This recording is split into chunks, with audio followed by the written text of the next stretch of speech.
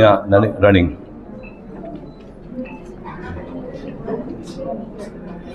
அனைவருக்கும் வணக்கம்.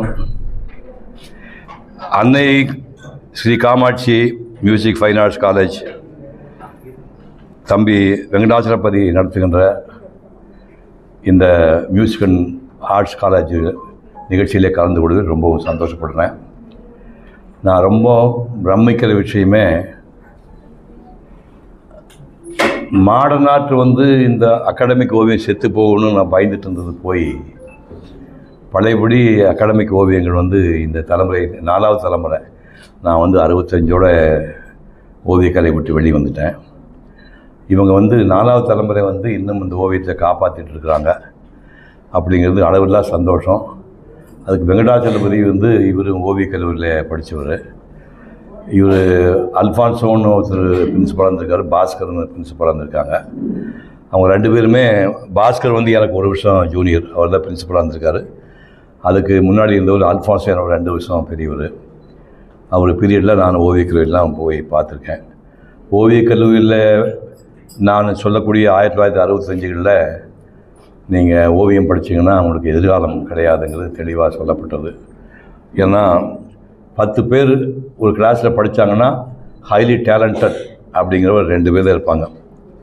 பாக்கியெல்லாம் டிப்ளமோ வாங்கிறதுக்கு படிப்பானே தவிர அது டேலண்டடாக இருக்க மாட்டாங்க.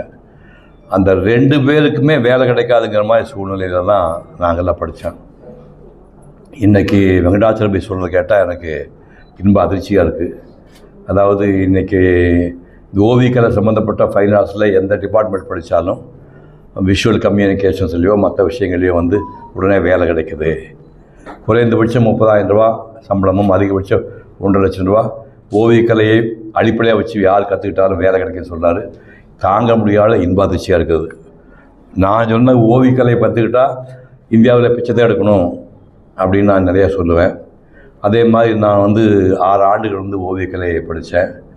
முதல் தர மாணவனாக மார்க் வாங்கினேன். அப்போவே என்ன சொன்னேன்னா, இந்த ஓவியக்கலை தொடர்ந்ததுன்னா இங்கே ஒன்றும் வேலை கிடைக்காது, கல்யாணம் பண்ண முடியாது, குழந்தை குட்டி பெற்றுக்க முடியாது. திருவண்ணாமலையில் தாடி கொடுத்து சாமியார் இருக்கலாம்னு நினச்சேன். ஆனால் காலங்கள் மாறி இந்த ஓவியக்கலை இன்னும் திரைப்படத்துறைக்கு போய் அதுக்கப்புறம் அதில் ஒரு 40 வருஷம் ஒரு நடிகனாக வாழ்ந்து அதுக்கப்புறம் கல்யாணம் பண்ணி குழந்தை குட்டி பெற்று அது அந்த குழந்தை குட்டியை பெரிய ஆளாகி அவங்க திரைப்படத்துறையில் என்ன மாதிரி வந்தனால தான் இப்போ இந்த கையில் வச்சுருக்க இந்த புத்தகத்தை நான் காஃபி டேபிள் புக்காக போட முடியுது. இந்த புத்தகம் நான் 7 ஆண்டுகள் நான் வரைஞ்ச முக்கியமான ஓவியங்கள், குறிப்பாக முக்கியமான ஓவியங்கள்லாம் ஸ்பாட் பெயிண்டிங் வரைஞ்ச எல்லாமே இது இருக்குது.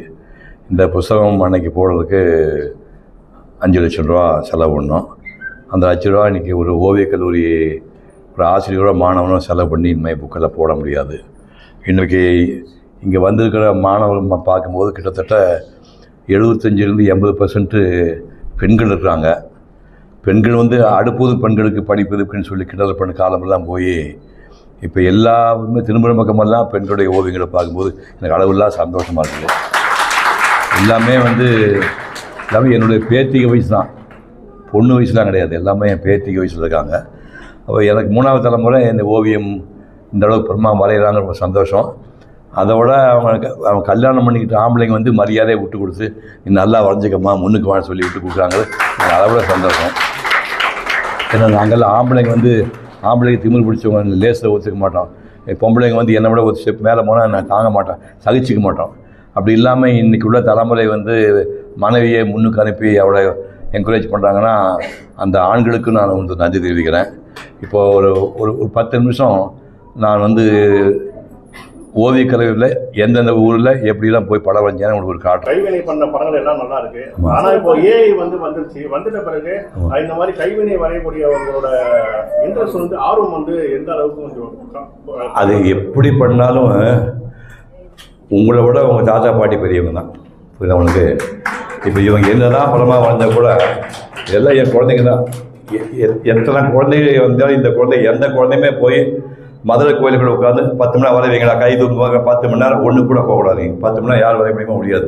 அது மாதிரி என்னை விட எங்கள் அம்மா சோழ ராயக்கடி சாப்பிட்டு காடுகளில் பாடுபட்டேன். எங்கள் அம்மா போட்ட பிச்சை தான் உட்காந்துருக்கேன். இன்றைக்கி நான் மரியாடு என்னை விட கோடிகள் சூர்யா சம்பாதிக்கலாம். கோடி ரூபாய் சூர்யா சம்பாதிக்கும் போது சிவகுமார் பண்ண சிவகுமார் படிக்க வச்சது எங்கள் அம்மா தான் பையன். எத்தனை ஏஐ வந்தாலும் ஒரிஜினல் ஒன்றுமே பண்ண முடியாது.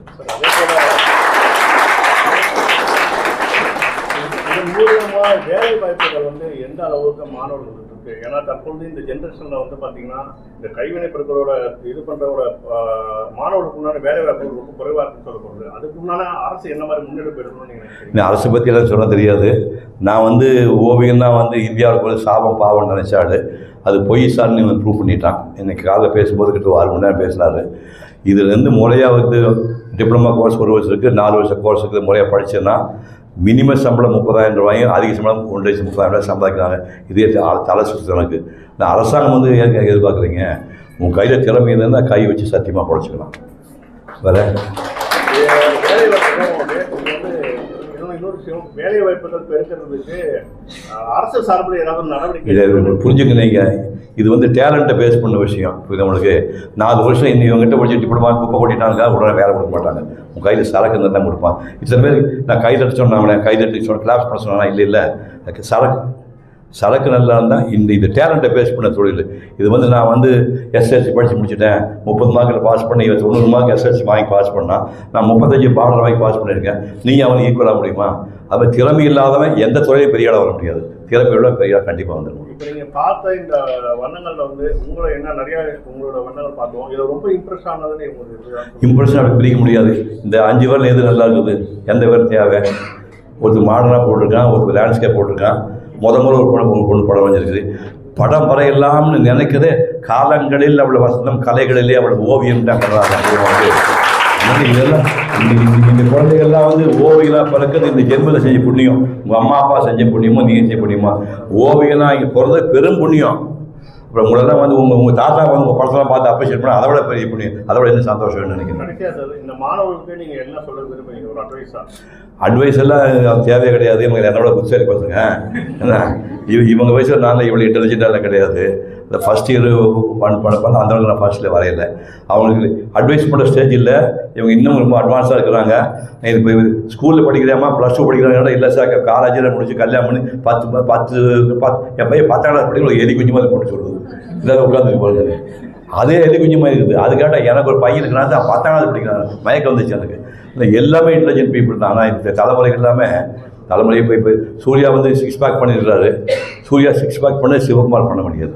புரியுது அவனுக்கு? ஸோ இந்த காலையில் கூட வந்து நைட் சாப்பாடுன்றாங்க. எங்கள் வீட்டில் எல்லா சட்னி சாம்பார் இருக்குது. நான் டயட் சாப்பாடு பண்ணி அது உட்காந்துருந்து அந்த அசிஸ்டன்ட் வந்து செஞ்சு கொடுக்குறது அப்போ சாப்பிட்றாரு. அந்த மாதிரி தியாகமெல்லாம் பண்ணி இளைய தலைமுறை 100% கெட்டிக்கிறாங்க. அவ்வளோதான் நான் அட்வைஸ் பண்ணுறேன். இதுவரைக்கும் கேட்டது இந்த தொழில் சம்மந்தப்பட்டது. ஒரே ஒரு அரசியல் கேள்வி என்னன்னா, நீங்க நிறைய மேடைகளை வந்து முற்போக்கு அரசியல் நிறைய பேசிட்டு வரீங்க. தற்போது புதுசா வந்து கட்சி ஆரம்பிச்சு தமிழகத்துக்கு வராங்க. தொடர்ச்சியா தற்போது விஜய் வந்து அரசியல் கலந்து வந்திருக்காரு. அவரோட வருகை நீங்க எப்படி பாக்குறீங்க?